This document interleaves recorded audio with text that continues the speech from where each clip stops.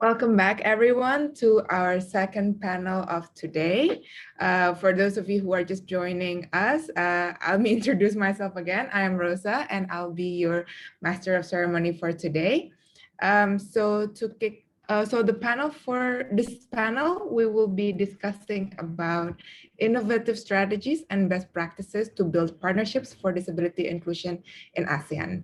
And the session will be moderated by Ms. Rubina Singh, who is the external research consultant with the Economic Research Institute for ASEAN and Asia, and she currently reports on the latest insights on inclusive education and gender equality as a researcher.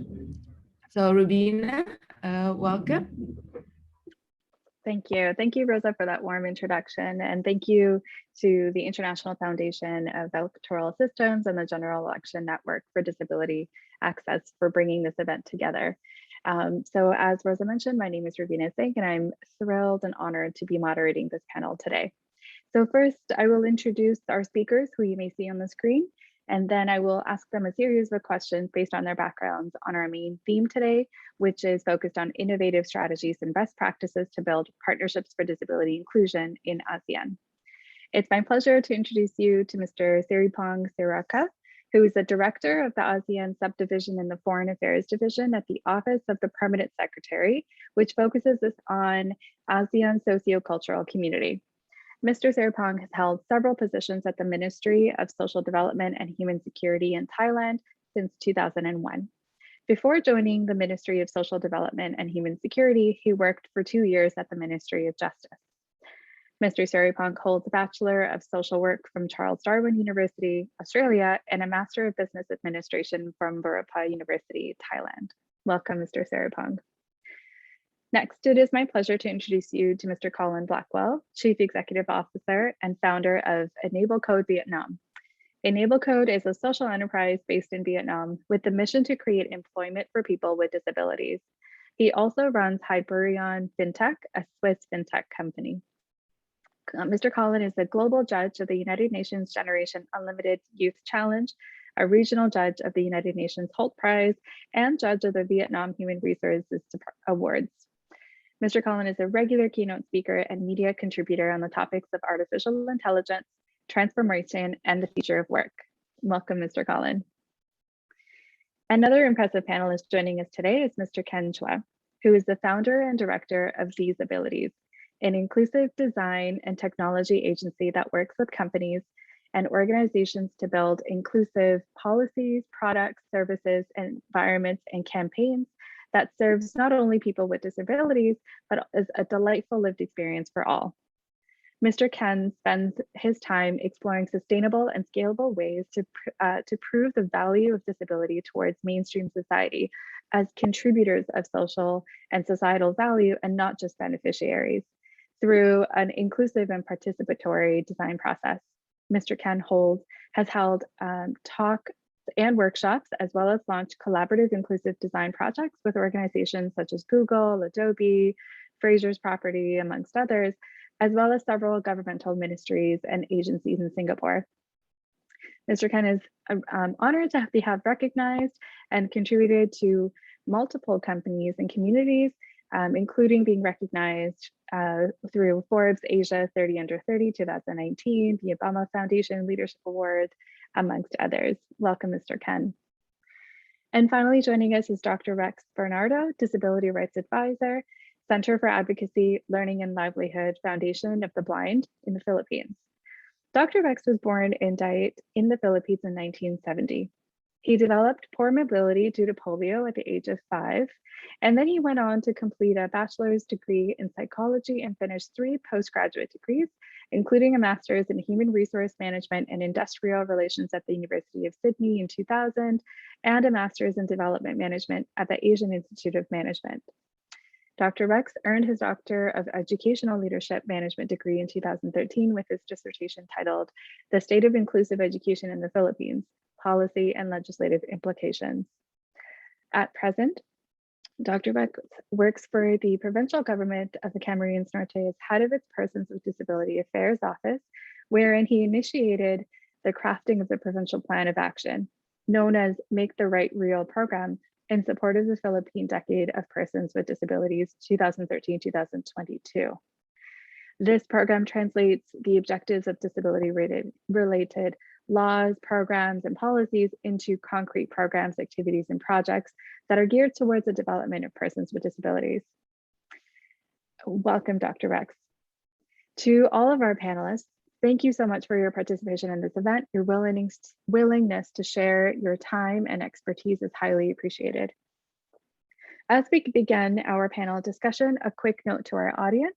Please feel free to place your questions in the chat box. There will be a 15-minute Q&A session towards the end of the discussion. So let's dive right into our first question. First, we begin with Mr. Seripong.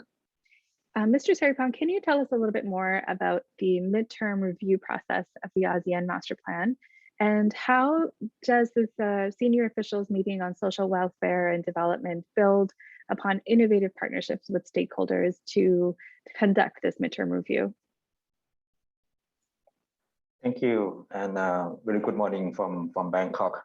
I think first of all, I think thank you very much for the invitation and the opportunity for SomSWOT to to share experiences in this very important thematic issue on disability rights in ASEAN. I think we must thank the virtual platform, right, that allows us to to bring people from every corner of the globe, right? We have Rubina in Canada now, right, and our colleagues in ASEAN and elsewhere, right? And without the Zoom, we cannot meet at the same time with all the different time zones, right? So I'm very honored and pleased to meet everyone on the screen.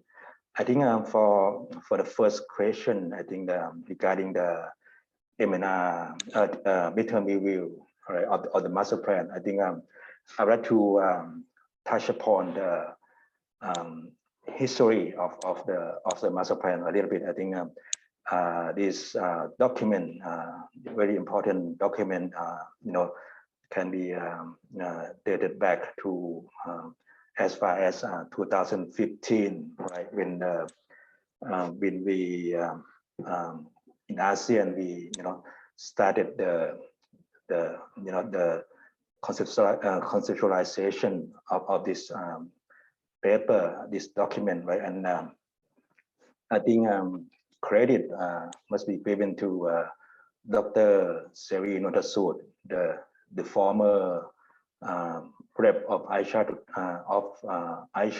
right, of Thailand, who was the pioneer and the architect on this issue, and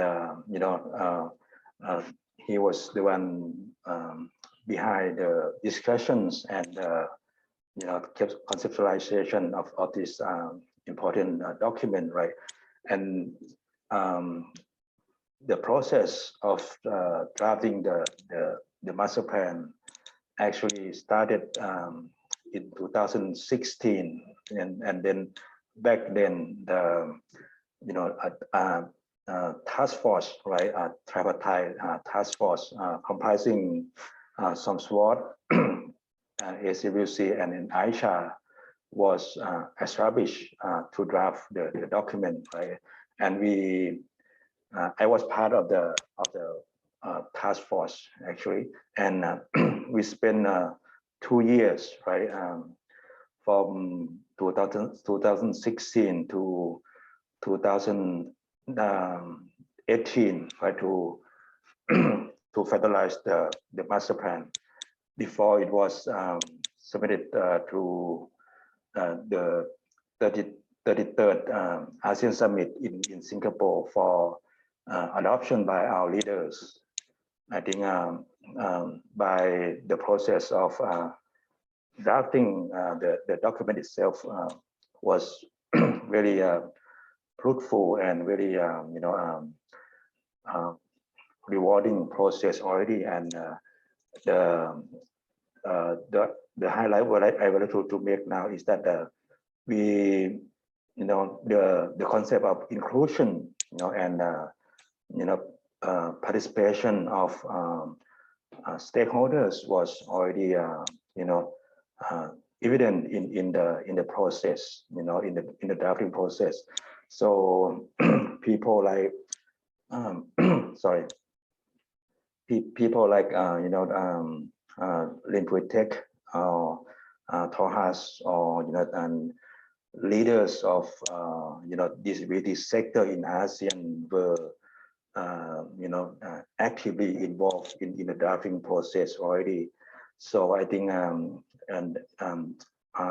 ourselves, meaning the SOMSWOT, which is the government sector of ASEAN, in charge of disability issues, we were sort of like facilitator, right, in the process, and we facilitated the discussions and ensure that views and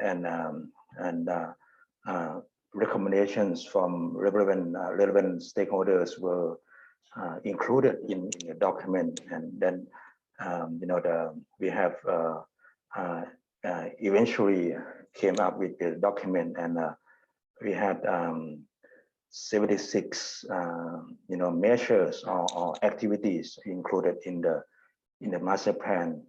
I think that's the first point I would like to make to this dialogue, is that the process itself was very rewarding, and we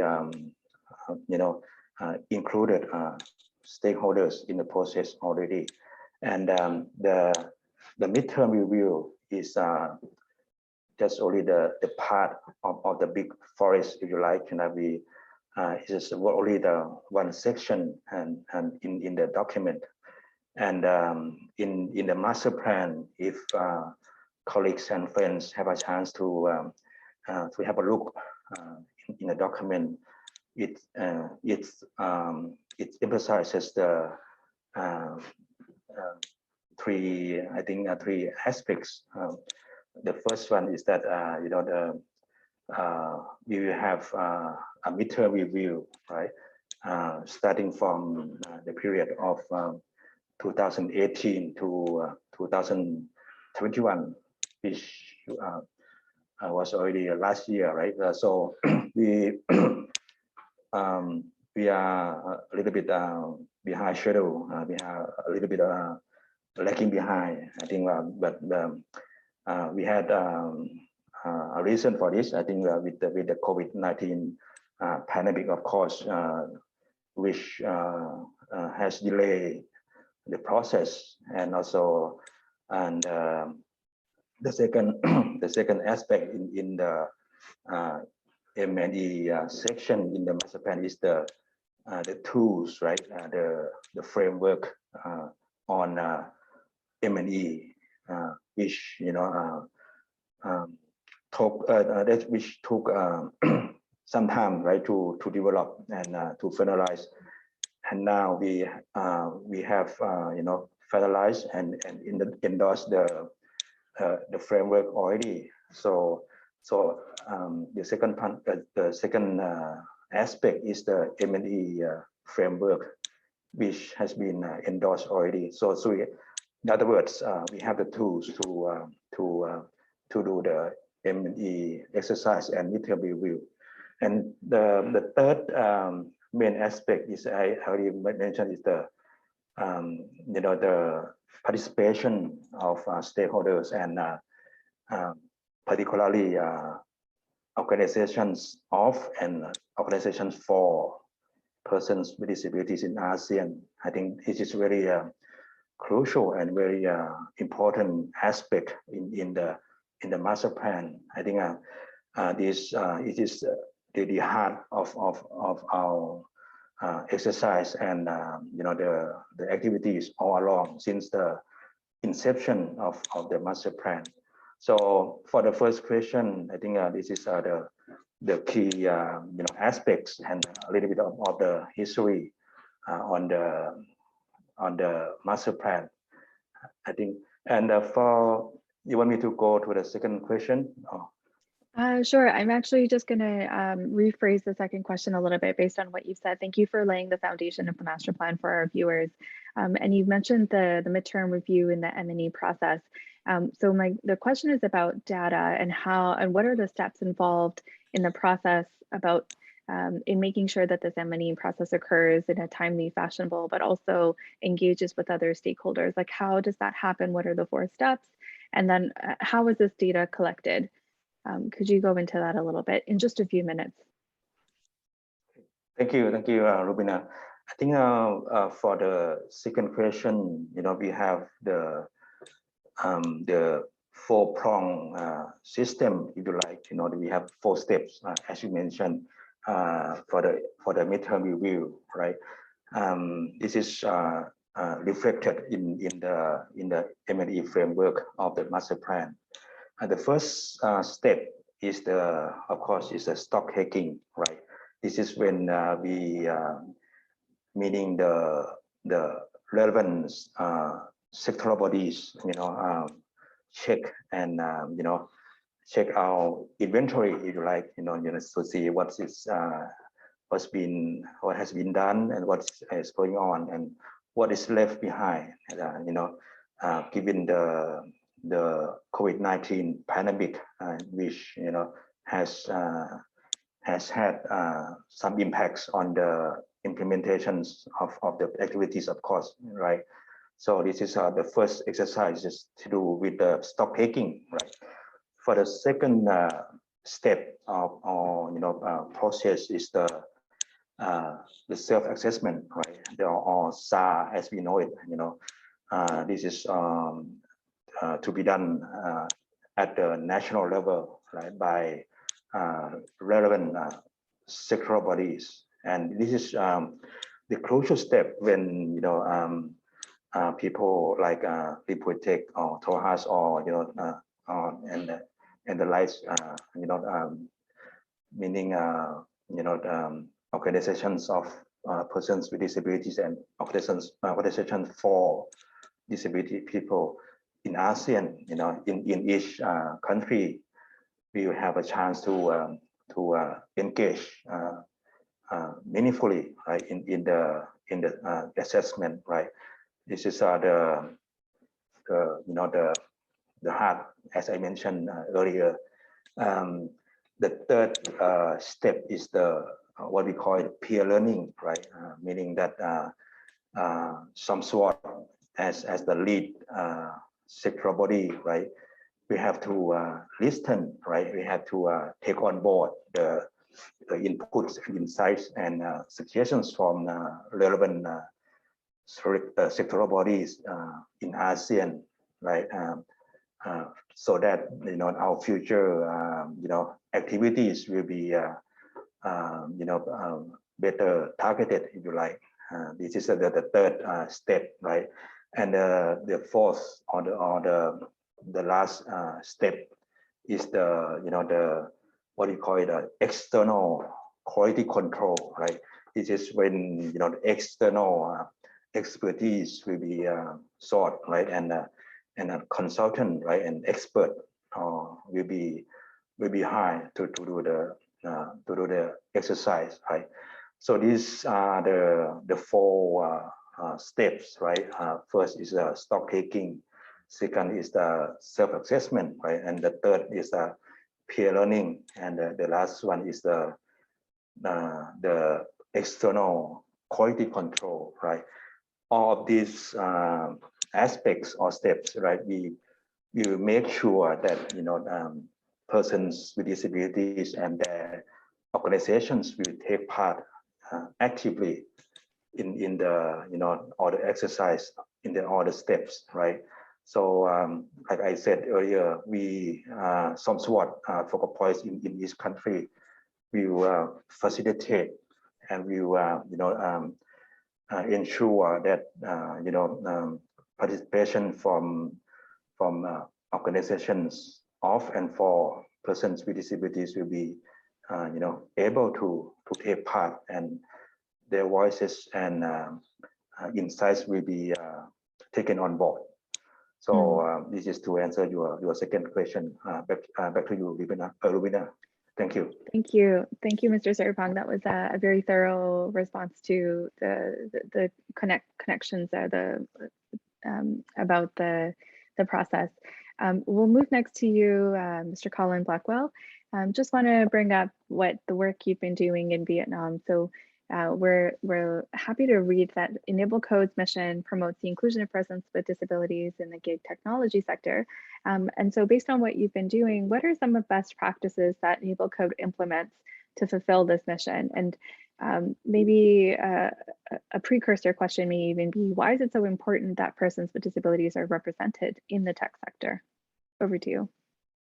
Yeah, well, the whole workforce is changing very rapidly now with not just COVID, but also with transformation. And there's one factor of change always, is that the most vulnerable people are the most affected by change. It's always the case in any difficult situation.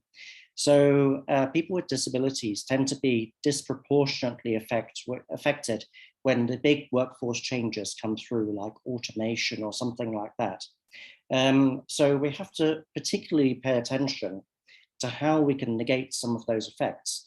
But also, very interestingly, there is opportunity in the whole thing. So when suddenly the requirements of, let's say, the gig workforce or technology employment, when that does suddenly change, it means that the old routes into employment don't really work in the same way as they used to. And for someone who has a disability, who maybe didn't have the mobility, the money, the opportunity to get to, for example, a university, they can now get into the technology sector, into very high quality employment without that route. And it really opens up a lot of new opportunities. So for example, the gig work can be done anywhere in the world. Someone doesn't have to come into a big city, which is often very inconvenient. So someone like, here or where I'm in Ho Chi Minh City, it's 14 million people, and it's certainly not, disability friendly in terms of mobility. And I saw people really struggling before to get into offices in the center, if they were, for example, if they were had a wheelchair or something like that. But now they can work from home, they can work from the countryside, they can work from anywhere at all. So there's suddenly, it's a risk that needs managing, but also a sudden opportunity that gives new work careers, where people can be independent, they can contribute back to society regardless of a disability. That's fantastic. And it seems like it's really, Enable Code is finding there's a niche for this work to be done. So, and thank you so much for addressing this work, this niche.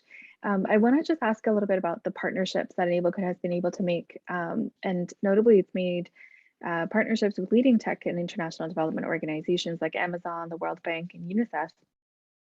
From these partnerships, what outcomes have been achieved, and how does it advance your work? Okay, so we can't achieve everything, or none of us can ever achieve everything by ourselves.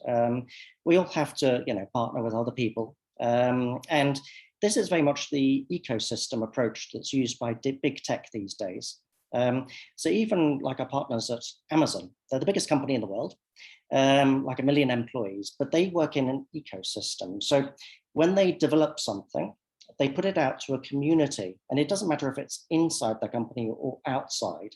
It's basically wherever the resources exist is the right place to do something. It takes almost a bit of humility to do that. So what we do when we tackle a social issue, rather than try and do every single last thing ourselves, we say, okay, we have a group of partner charities who already do wonderful work with doing the basic support of people with disabilities here in Vietnam, in terms of medical assistance, shelter, especially assistance when they're children, education. That's great. So we don't need to get involved in that. But they can be some people we can partner with, because we can help their beneficiaries further to have a sustainable long-term career after they've been assisted. Similarly with technology, we can't do all of that ourselves, but people like Amazon do have it. So it's a matter of putting together all of the different people who want to have the social impact, but just coordinating them. So an example we have at the moment, Amazon has a global program where they're training people from disadvantaged or people with disabilities into cloud computing. Now, anyone can learn this. You don't need to go to university, as I said before. You basically just need literacy and a bit of motivation to learn something new. So they're planning in the first cohort in Vietnam, 500 people with disabilities to learn this and get jobs with themselves and their customers. That's great, 500 people into work. So I then coordinate back with those charities and UNICEF, others are involved in that, to say, okay, which beneficiaries do you think would be most motivated to have this sustainable future career? Then Amazon provides the training for free and the job placement at the end of it, but you have to adjust for people with disabilities. So even though the training's free and there's a good decent income at the end of it, it isn't that simple. You need mentors, for example. So another great company here, Intel, big American tech company, they said that we have a corporate volunteering program. Can we put forward loads of our internal staff to mentor these people as they go through? I'm like, yes, of course, that's great. So you get together all of these different people who want to help, and you just coordinate the whole thing. And then we get loads of other companies, the corporate sector involved.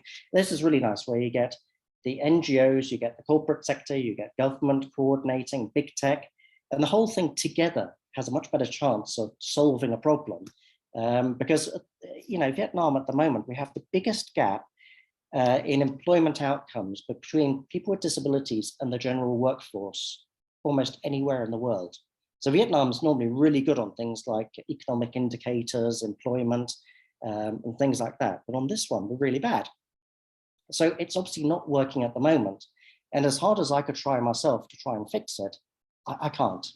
But this is where you really do bring in partnerships, and not just within the development community. This is really, you do need the corporate sector in on this. And we're very fortunate to have, some of the biggest names have come in supporting us and providing the technology solution there as well. So Amazon, it controls the gig market workplace like Mechanical Turk.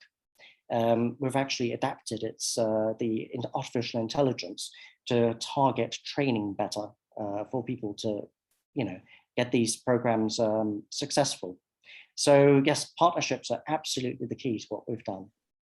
Fantastic. This is a very, very optimistic, energizing project that we've just spoken about. So I appreciate it very much. I'm going to move over to you, Mr. Ken. Can you please give us a brief introduction to assistive technologies that promote equal access and inclusion of persons with disabilities in economic life? And what would you say are some of the best practices to mainstream accessible technologies for persons with disabilities across all sectors? Thanks, Rubina. Thanks for having me, and it's good to see old faces as well as new. I think to answer your question, first of all, I think when people think of assistive technology, I've been in the disability space now for about 13 years, and I've seen how the perceptions towards assistive technology have evolved. And what I think we need to be most mindful of is, to kind of keep it separate between the medical model and the social model of disability. Because whenever people think about assistive technology, they think, oh, it's a wheelchair, it's a hearing aid, something that is issued by the hospital or clinicians, right? But a lot of assistive technology can be based on lifestyle, and it could be as simple as having a zip tie on a pouch, right? So that it's easier to grasp and stuff like that. And I think the moment people can see it in that fashion, then it really opens up a lot more creativity and innovation in how we want to be more mindful to kind of recognize what kind of exclusions are there in daily practices that we can try and, break the barriers on. So I think that's one good way to mainstream it. And when I say mainstream, it's not just to get it to everyone, but also to bring access to every facet of daily living, not just in transportation, not just at work, but if you want to cook, if you want to play music, if you want to watch your favorite, or maybe you've heard from friends that this is a really great movie like Coda, but you're deafblind, right? How would you be able to watch it, right? So those sort of things I think will help to mainstream and really question what the definition of mainstreaming is. Yeah. So I'll keep it really short and sweet there first. And let me know if I missed out on anything that you wanted me to address.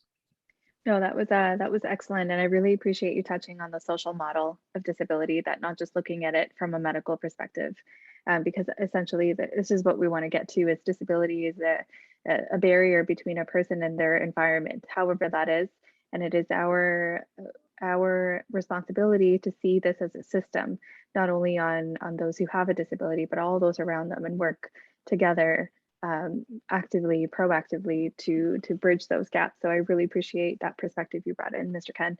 I want to ask you more broadly, what are some of the challenges for people with disabilities to participate in economic life in Singapore, in maybe perhaps even in the ASEAN region? And bringing it back specifically to Singapore, what would you say, what's your experience in building alliances and working with product companies, government agencies, and other stakeholders to improve the accessibility of their products and practices? Gotcha. I think on the first one, I think whenever we speak of economic, we think of jobs, right, and employment. And I think we're in a really interesting space in Singapore whereby how I like to look at employment of people with disabilities is you can employ by disability type and you can employ by identity and aspirations. And what we currently see is still a lot of companies who are batch hiring people with disabilities. You know, and I'll give you an example. I won't name names, but it's a big international bank who batch hires wheelchair users to all do customer service, even though one had a business degree who was interested in fintech.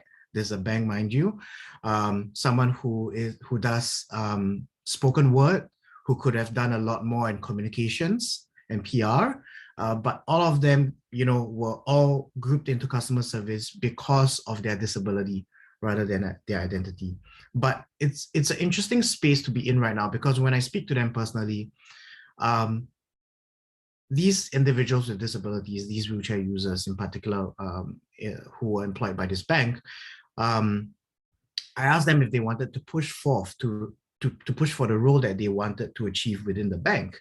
And you know, unanimously, I think and I'm paraphrasing here, the mood was one in which was, don't rock the boat.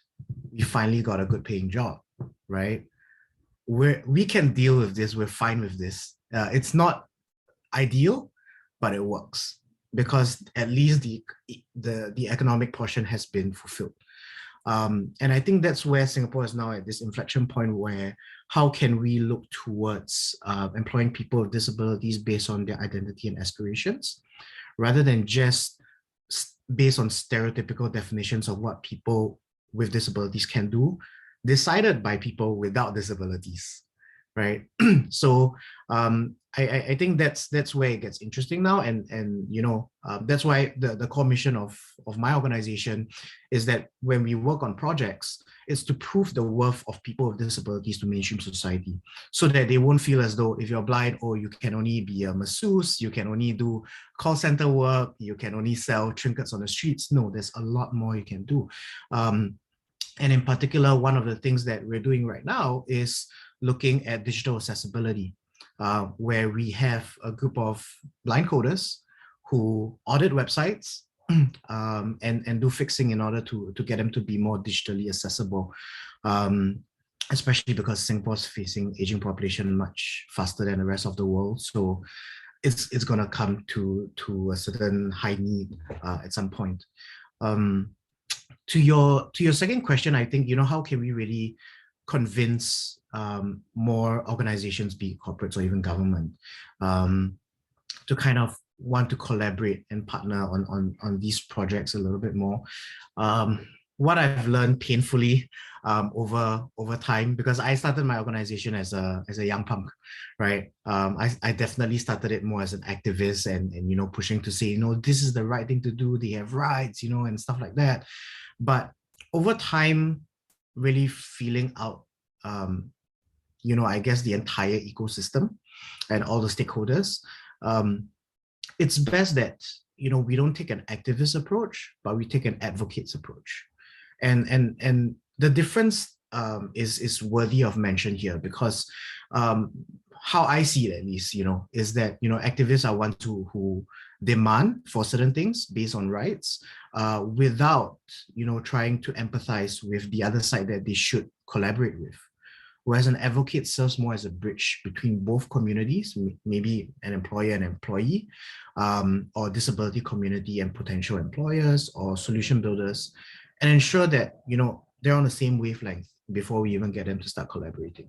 And that's why my role is kind of like playing matchmaker, kind of like the Tinder of disability inclusion, putting the disability communities as well as the organizations with the resources and expertise in the same room, ensuring they can speak the same language and ensuring things flow, facilitating the flow. And that has been a strategy that works in allowing for inclusion. Yeah. I really appreciate the language that you use and how careful you are with the words to describe your relationship, especially for those who are working in the space who do not have a disability, to really understand that this is a space that we are creating together and inclusively, and it's not meant for one person to decide what is right for another. So I really appreciate it. I actually think that in the last 10 years or so, I've been in the field of disabilities, and this is new to me. This is learning even for myself, is aspirations versus finding employment for disability. That's a game changer. So I appreciate that a lot, Mr. Ken. Moving on to you, Dr. Rex, we'd love to hear from you about challenges and opportunities for persons with disabilities in the Philippines. So what, from your perspective, are you seeing in their challenges to find employment, to feel like they belong as a part of the community? Can you start us off with that? Yeah, thank you, Rubina, and also thanks for Agenda and IFS for inviting me here. First of all, I just would like to credit Ken. I really would like what you had said, the Tinder for inclusion. I really would want to sign up for that. Before I start answering my question, Rubina, I just would like to emphasize the recommendation put forward by the Organization of Persons with Disabilities. I think it's quite important to emphasize or to remind again that is what we need to really be included in this sphere, so to speak. So I would like to read the first recommendation.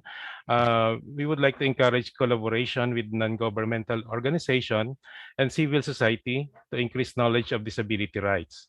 Without support from peers, disability rights movements are unlikely to change societal attitudes.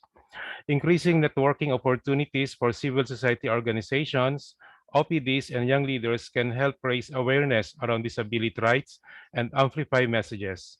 It is important to utilize opportunities like conferences and other events to network, connect with one another, and expand network. And another recommendation would be to support capacity building for persons with disabilities and their organizations and advocacy skills. Persons with disabilities are the best experts of their own advocacies. Advocacy skill can help persons with disabilities to communicate their experiences to decision makers. And for the political participation recommendation, we should reform discriminatory laws towards voters with disabilities. For example, some laws do not allow screen readers or assistive devices. Make sure electoral materials like tactile ballot guides and sign language interpreters are available on election day. And then another last recommendation would be to encourage youth representation and intersectional approaches to find solutions, engage marginalized communities, women, ethnic or religious minorities, and other persons with disabilities, recognizing multiple identities. So this is part of the whole process of consulting with the person with disabilities, and that is what really our sector would like to be with. So in terms of your question beforehand, Rubina, I would like to emphasize that one of the most, if not the challenges that we have been facing in terms of finding employment in the Philippines. Maybe it is also true with other ASEAN countries, but maybe not unlike in Singapore because they are considered the first world. But it is all about the lack of or inadequate infra facilities inclusive to the needs of persons with disabilities.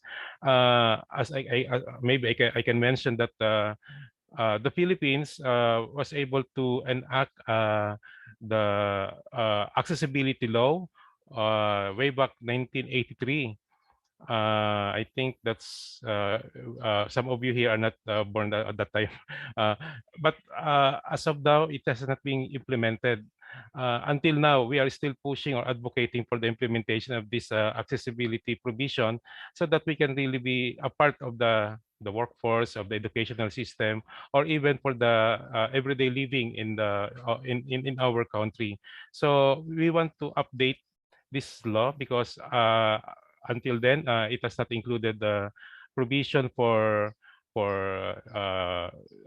communication aspect in terms of digital accessibility, because that was way back 1983. And so another challenge that we are facing here in my country would be the implementation of the law that mandates specifically the Republic Act 10524, which mandates the right, which mandates that 1% of the position in the public sector should be reserved for persons with disabilities.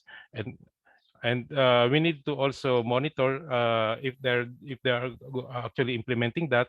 And we also would like to know whether, in terms of data, how many companies are already availing of tax incentives, because in the provision of the law, it has also be stated there that those companies who are giving these employment opportunities for persons with disabilities would be given a tax rebate. But until now, we are advocating for our Department of Labor and Employment to provide us with the data, and for unfortunately, they are not.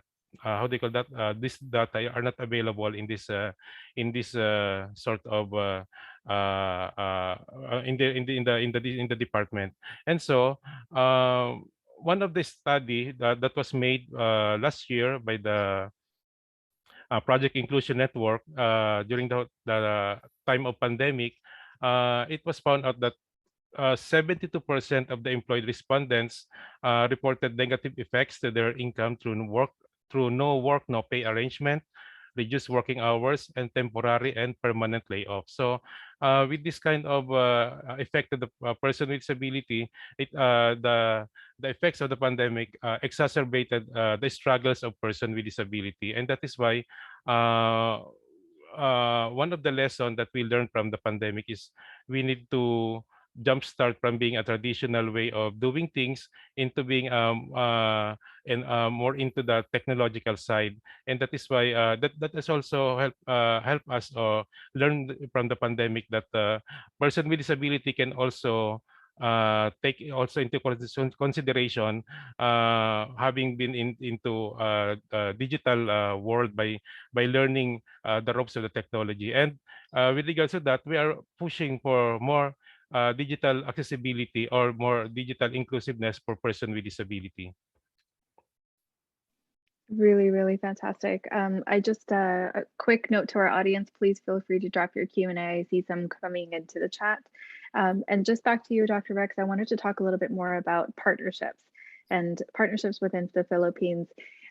So we understand that the strengthening the capacity of advocacy organizations and networks in Southeast Asia is designed specifically to engage civil society organizations and governments to influence public policy platforms in promoting the ASEAN Enabling Master Plan 2025. But how is this working? What are the lessons learned from this network? And can you share a little bit more about the importance of building relationships with the government that will be beneficial to our audience members with here today? And what are some challenges there? I think one of the overarching lesson would be in having a partnership with different civil society organization is that they have so much to offer in strengthening our advocacy network, as they can bring their own brand or specialization in moving forward our OPD recommendation.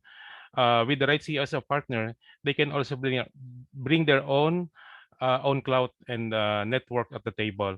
For example, given the context of the national election in the Philippines right now, we are going to have this presidential election this coming May.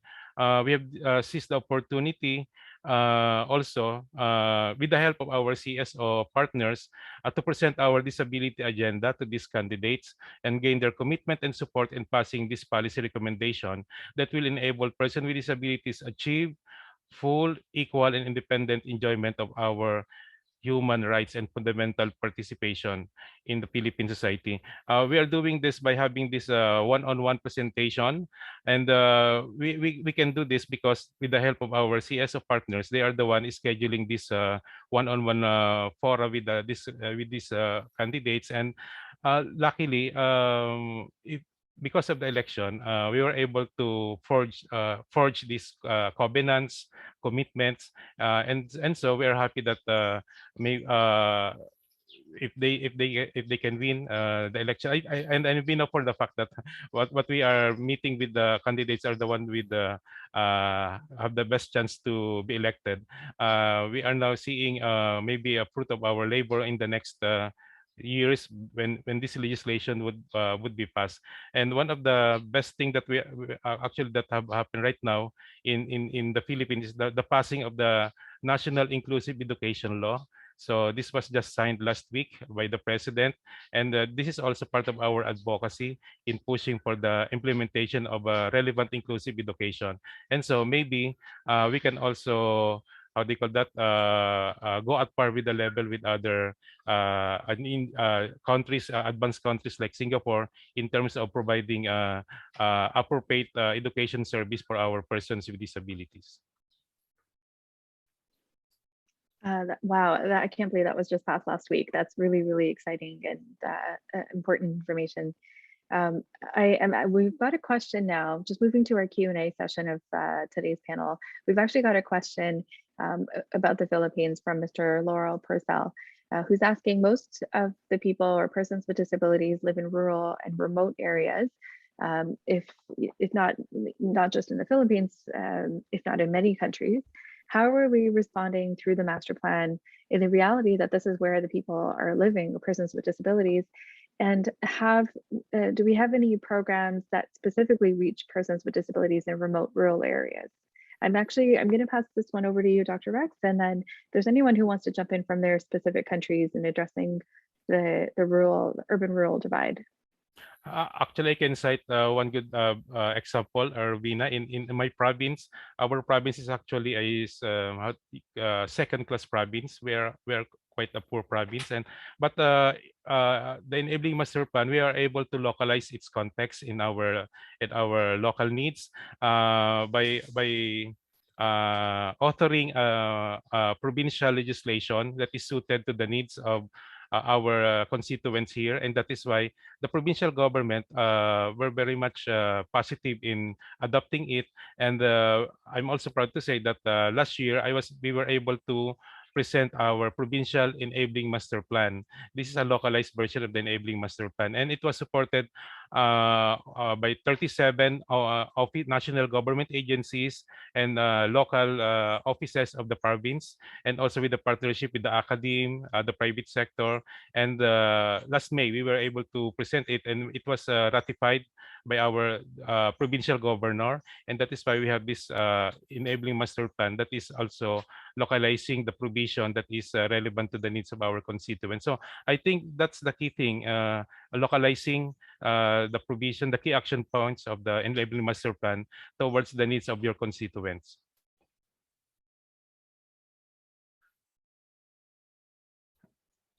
Rubina, thank you.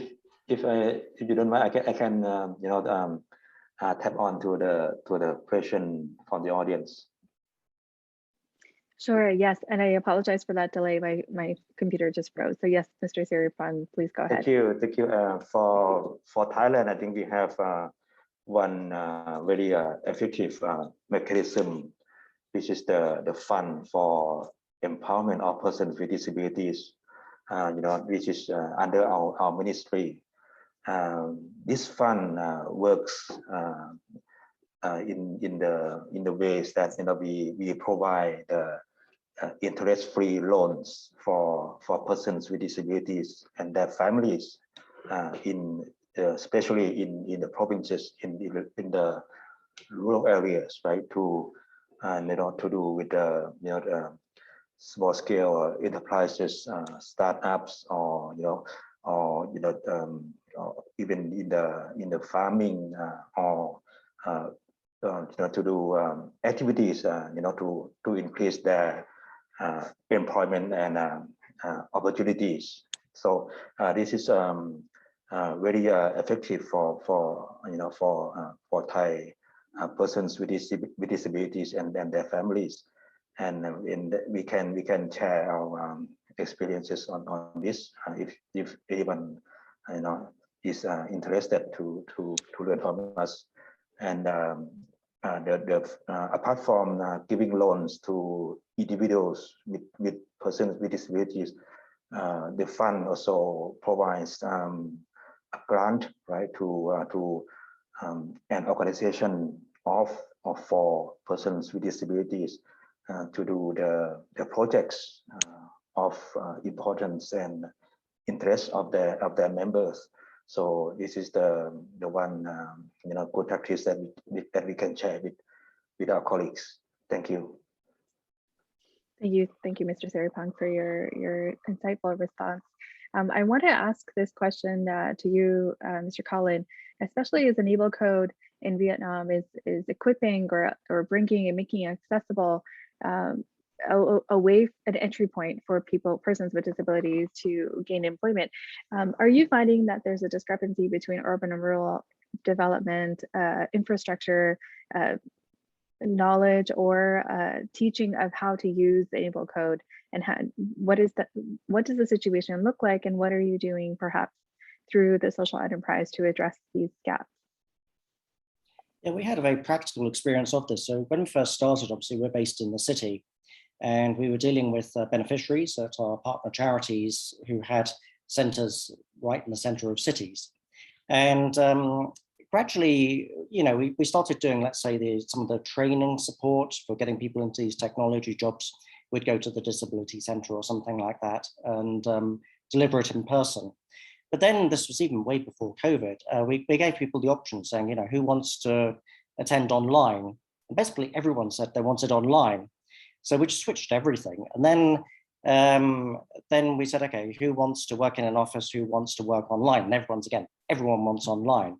So by the time COVID came round, the whole thing had switched online. And then people were asking us saying, well, if we've now got a stable income from this gig work, do we even need to be in the city at all? And we're like, well, it doesn't make any difference to us at all because, we can't see where you are anyway. You're just at the other end of a computer connection. So some of the disability charities had actually built quite big centres out in the countryside. And of course, the quality of life, the space, the lack of pollution, everything is way better out in the countryside. So a bunch of the people who have been working for us just moved out to those centres in the countryside or back to their home provinces, whatever. So we saw, in practical terms, in the last few years, a lot of people going back to the countryside because that's the whole beauty of gig work, of technology. You aren't physically constrained to one office.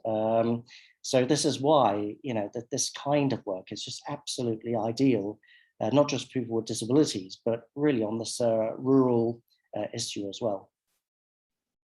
Yeah, it's fantastic that you've mentioned this because with the flexibility of going online, it really has opened doors to communities that may not have otherwise been able to access some of these entry points through employment. I want to bring back a question, a theme that Mr. Ken had talked about is not just providing individuals with disabilities jobs based on their disabilities, but on their aspirations, their goals, what it is that they value, what do they want to be doing. And I think a huge part of this question has to do with data collection. So how is it that we are identifying persons with disabilities, and then how, and perhaps Ken, you could start us off, but how do we listen to the dreams, the aspirations of persons with disabilities and honor them in a way that one, align with our enterprise or company or organization, but also really give that person dignity and respect. How do you do this? And what is the role of appropriate data collection in enabling this kind of thinking? Sorry, Rubina, I missed the last part. In enabling what? Sorry. Enabling this kind of thinking. So thinking of a person as a whole, holistic person, as opposed to the one disability that they have. Yeah. One or many. Yeah. Thanks for that. I think the most important thing that ideally we should be mindful of is to break down the power structures of beneficiary and benefactor. And the moment we can do that and see each other as equals at the table, then that helps to facilitate flow. So what I mean by that is, I think there's also this term for social entrepreneurs called the heropreneur, right?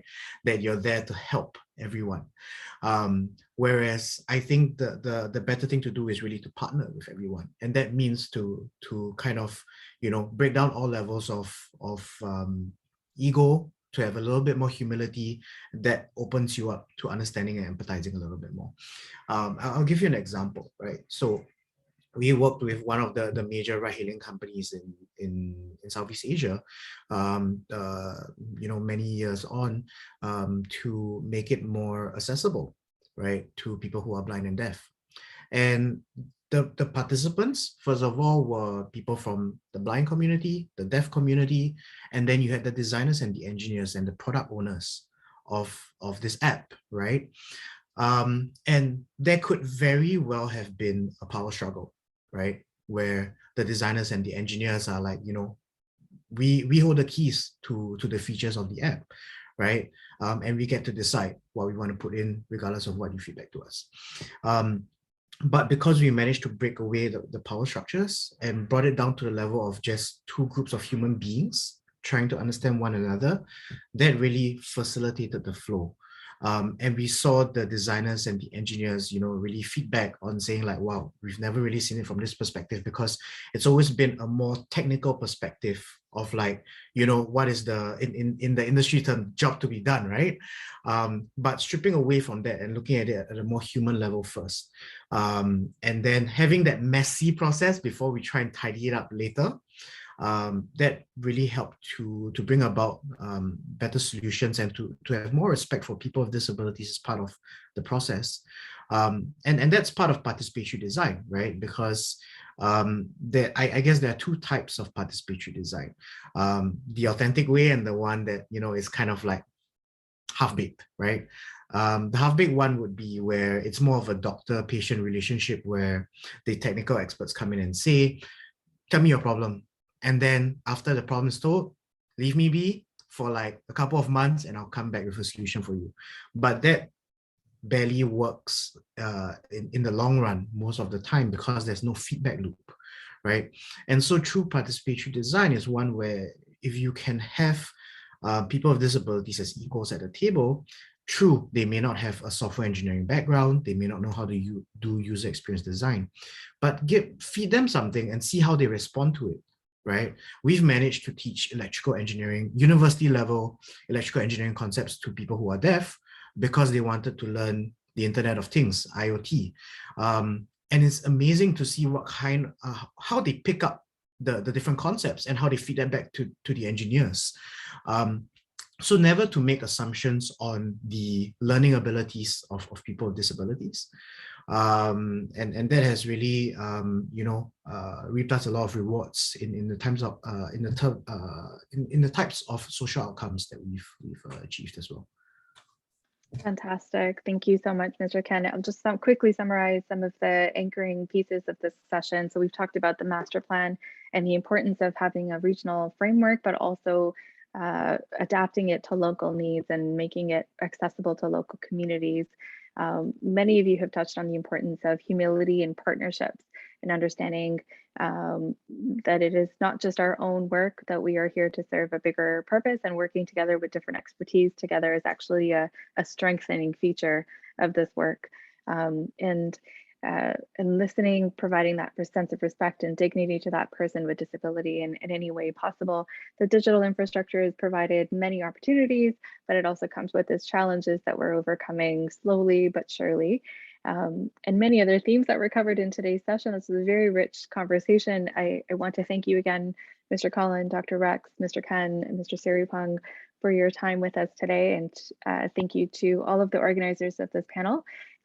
Unfortunately, we've come to the end of our time very quickly, but we will continue this conversation through other panelists and sessions throughout. And I'm going to pass the mic over back to Rosa, who's come back on screen here. And thank you very much, everyone. Thank you again, Rubina, and everyone for an excellent panel session. And yes, we are now at the end of our panelist session.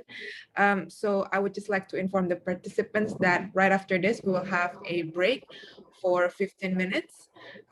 So we will rejoin again at 11. But aside from a panel session, you can visit our available booth at the Hubulo webpage at 11 a.m. And this booth would be a great networking opportunity for all of you to get to know the resource persons and organizations that have been part of this two-day event. You can join by clicking on the booth tab where they can, where you can live chat and meet with some of the people that are available from the organizations or the individual directly. You can view the available 5 booths from ASEAN Youth Organization, ASEAN Youth Forum, Agenda, and Mr. Hussein Jafar Al-Haddad, and also Ms. Putri Aryani.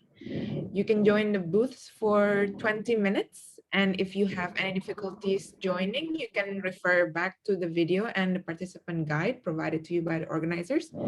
And you can also use the booth time to view the people tab, and you can see who within the organization that you would like to network with. And after visiting the booth, I'd like to invite the participants again to join for a closing session at 11:20. In that session, we will wrap up our two-day event and also inform you of the next steps that we will do after the event is concluded. And yeah, so I guess that it's all from me.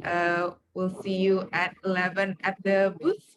Thank you so much, everyone, for joining, all the panelists and Rubina for moderating.